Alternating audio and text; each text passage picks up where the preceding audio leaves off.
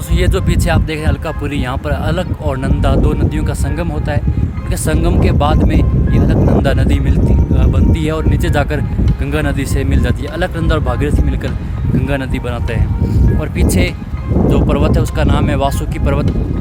पीछे जो आपको कुटिया दिखाई दे रही है वहाँ पर एक शांतिमय नाम से एक फॉरेनर रहती थी, तो यहाँ पर हिमालय में घूमने के लिए आई और उसे हमारे सनातन धर्म का अध्यात्म पसंद आया। उनके गुरु का नाम अलकपुरी था। उन्होंने गुरु जी से दीक्षा ली और यहाँ पर वो रही थी काफ़ी समय तक।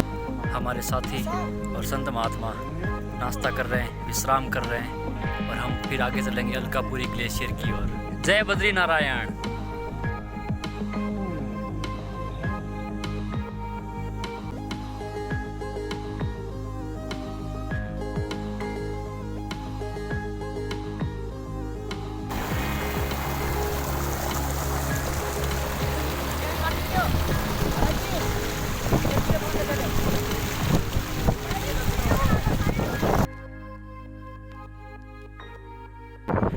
दोस्तों ये जो सामने का नज़ारा आपको दिखाई दे रहा है ये है अलकापुरी।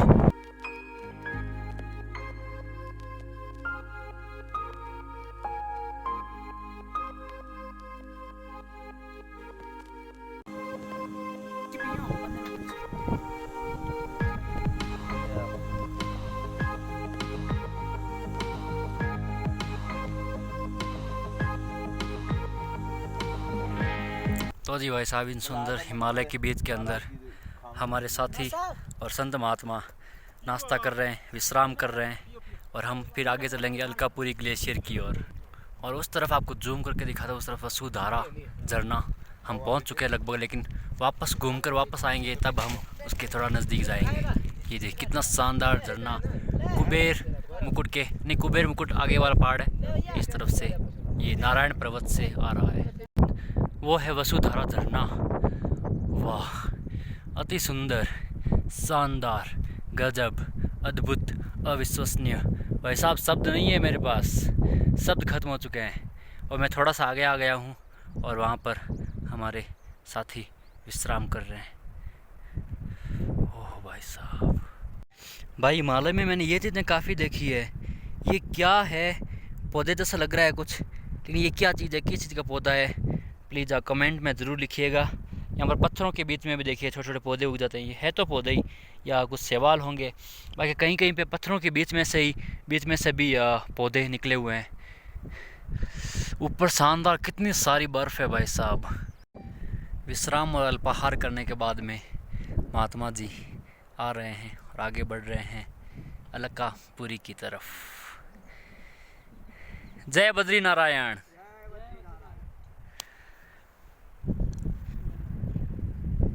तो दोस्तों पीछे की तरफ है वसुधारा झरना। वसुधारा झरना के इस वाटरफॉल के लगभग पास में पहुंच चुके हैं। पीछे की तरफ कितना शानदार दिखाई दे रहा है। और एक फैक्ट आपको बता दूं कि ये जो पानी आ रहा है ये बहुत ही कम बर्फ़ के अंदर पूरा सिमटा हुआ होता है, यानी कि यहाँ का छोटा सा बर्फ़ का कण भी काफ़ी ज़्यादा पानी को अपने आप में समेटे हुए रहता है। और पीछे की तरफ देखिए हिमालय की शानदार सुंदर चोटियाँ। ऐसा नज़ारा आपको भारत भूमि के अलावा कहीं नहीं मिलेगा, इसीलिए भारत को कर्म भूमि, अध्यात्म भूमि कहा जाता है। यहीं पर साधु संतों ने, हमारे प्राचीन ऋषियों ने, प्राचीन यानी कि हज़ारों सालों पहले व्यास मुनि, मतंग ऋषि, बड़े बड़े तपस्वियों ने यहीं पर तपस्या की थी। और यहाँ का प्रभाव अगर आप यहाँ पर आएंगे तभी महसूस होगा। वीडियो में से आप देखते रह जाएंगे तो वो आनंद नहीं आएगा जो आनंद आपको यहाँ पर आने के बाद में मिलेगा।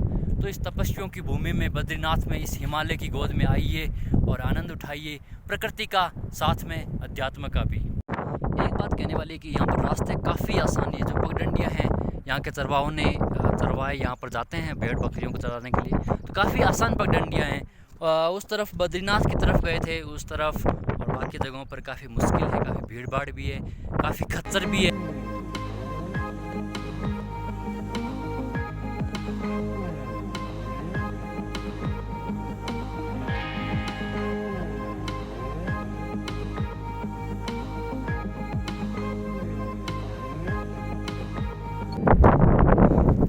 एक और चीज़ की आपको इन घाटियों में ज़्यादा चीड़ के वगैरह के पेड़ नहीं दिखाई देंगे, देवदार के वगैरह, क्योंकि यहाँ पर इन दिनों में ही बर्फ़ पिघलती है। इसी कारण ज़्यादातर आपको सूखी घासें दिखाई देगी यहाँ पर, क्योंकि पेड़ उगते ही नहीं है यहाँ पर, क्योंकि ज़्यादातर समय यहाँ 7-8 महीने यहाँ बर्फ़ से पूरा ये एरिया पूरा बर्फ़ से कवर रहता है। अभी तो जून का महीना है, काफ़ी गर्मी का माहौल है, तो बर्फ़ पिघली हुई है। बाकी इसी कारण यहाँ पर इतनी वनस्पति नहीं है। और ये जो सूखी घास है, ये यहाँ पर सूखी हुई घास है थोड़ी, क्योंकि ऑक्सीजन की भी थोड़ी कमी है, काफ़ी ऊंचाई पर भी है समुद्र तल से, और बर्फ़ से भी ढका रहता है। इस कारण वनस्पति की थोड़ी यहाँ पर ज़रूर कमी है। ये भाई वसुधारा झरना की छोटी सी धारा यहाँ से निकल रही है, और काफ़ी साफ़ और स्वच्छ और शुद्ध पानी है हिमालय का। यहाँ से हम अभी थोड़ा पानी पीने वाले हैं, काफ़ी प्यास लग गई है भाई साहब।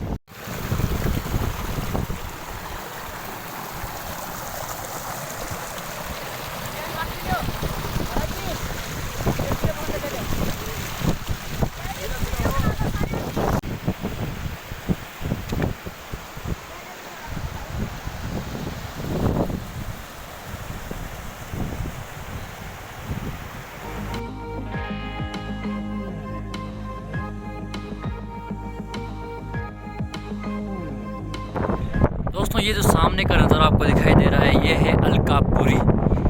ये भले ही यहाँ पर कुछ कुटिया घर वगैरह नहीं दिखाई दे रहे, लेकिन इस इलाके का नाम अलकापुरी है। और जो सामने वो आपको जंगल टाइप दिखाई दे रहा है, वहाँ पर पांडव जब स्वर्ग आरोहिणी जो मार्ग है वहाँ से जा रहे थे, जब नकुल सबसे छोटा भाई जो था पांडवों का, नकुल यहाँ पर नकुल का निधन हुआ था, नकुल यहाँ पर गिर गया था।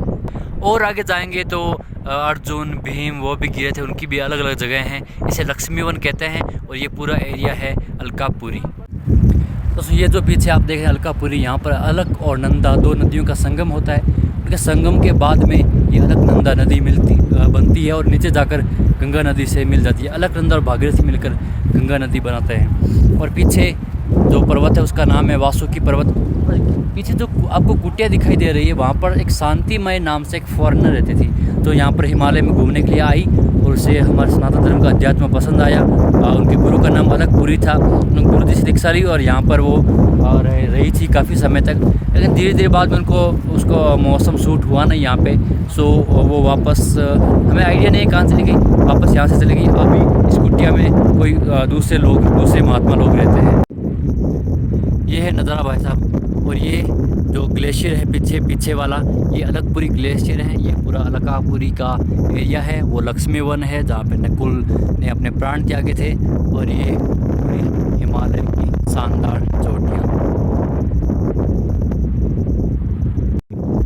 हमारे साथ संत महात्मा है, इसीलिए हम यहाँ तक पहुँच पाए नहीं, बाकी हमें तो कोई आइडिया नहीं था यहाँ तक आने का। सामने कुटिया कितनी शानदार बनी हुई है, और कितना बड़ा पत्थर लगा हुआ है, आप देख सकते हैं।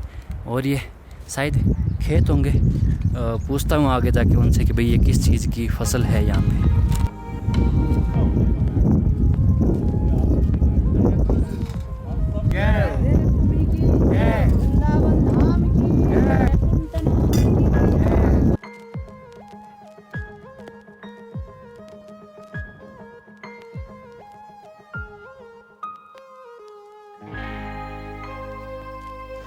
भाई वसुधारा वाटरफॉल के पास पहुंच चुके हैं। आप देख सकते हैं लगभग 1000 फीट ऊंचा झरना है।